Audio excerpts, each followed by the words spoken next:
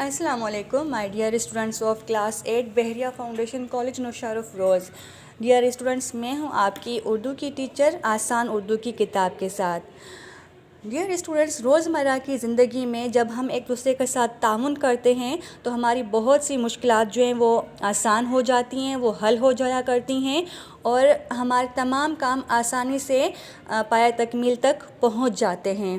اسی طرح چھوٹے سے چھوٹے لیول پر اور بڑے سے بڑے لیول پر بھی تعاون اگر ہوا کرتے ہیں، کچھ شہروں کے درمیان، کچھ ممالک کے درمیان جب تعاون اچھے ہوتے ہیں تو وہ ممالک جو ہے ترقی کرتے ہیں. جو ہمارا آج کا عنوان ہے وہ بھی کچھ اسی موضوع سے تعلق رکھتا ہے. تو آئیے آج کے موضوع کی جانب بڑھتے ہیں.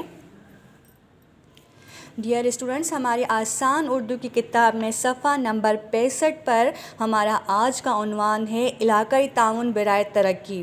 یعنی کہ جو علاقے آپس میں تعاون کرتے ہیں ترقی کے لیے، اس سے کیا فائدہ ہوتا ہے اور کیا کیا جو ہے اس کی شرائط ہیں، کیا کیا اس کے طریقہ کار ہیں. آئیے اس سے واقفیت حاصل کرتے ہیں.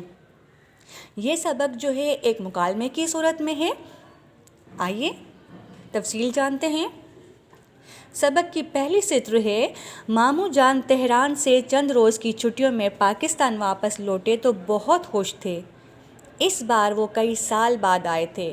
سب لوگ ان سے تہران کے بارے میں پوچھنے لگے. کوئی وہاں کے باشندوں کے بارے میں جاننا چاہتا تھا تو کوئی وہاں کے رہن سہن کے بارے میں پوچھ رہا تھا. کسی نے وہاں کے تفریحی مقامات کے بارے میں معلومات چاہی تو کسی نے وہاں جا کر رہائش اختیار کرنے کے سلسلے میں پوچھا. بچے ان کھیل کھلونوں میں لگے ہوئے تھے جو ماموں جان تہران سے ان کے لیے لائے تھے. گھر میں تقریب کا سا سما تھا. کھانے کا بھی خاص اہتمام کیا گیا تھا. کھانے سے فارغ ہو کر سب بچے ماموں جان کو گھیر کر بیٹھ گئے اور ان سے طرح طرح کے سوالات کرنے لگے. ایک بات تو سبھی جاننا چاہتے تھے کہ ماموں جان تہران میں کیا کام کرتے ہیں. ماموں جان نے انہیں بتایا کہ وہ RCD کے محکمے میں کام کرتے ہیں. بچوں کو سمجھ میں نہ آیا. رضوان نے جلدی سے پوچھا: ماموں جان، یہ RCD کیا ہے؟ ماموں جان: بھائی، RCD کا مطلب ہے علاقائی تعاون برائے ترقی. سجاد: ماموں جان، اس طرح ہماری سمجھ میں کچھ نہیں آیا. پھر شہزاد نے کہا: ہاں ماموں جان، ہمیں RCD کے بارے میں تفصیل سے بتائیے. ماموں جان: بھائی، پہلے ہم تم سے ایک پہیلی پوچھتے ہیں. ہم 3 ملکوں کے نام لیں گے، تم لوگ یہ بتاؤ تینوں کے درمیان کیا بات مشترک ہے. ملکوں کے نام یہ ہیں: ایران، ترکی، پاکستان. تینوں بچے بیک زبان ہو کر بولے کہ یہ تینوں اسلامی ملک ہیں. ماموں جان: شاباش. اب یہ بتاؤ، جب تینوں ملکوں میں مسلمان رہتے ہیں تو ان کا آپس میں سلوک کیسا ہونا چاہیے؟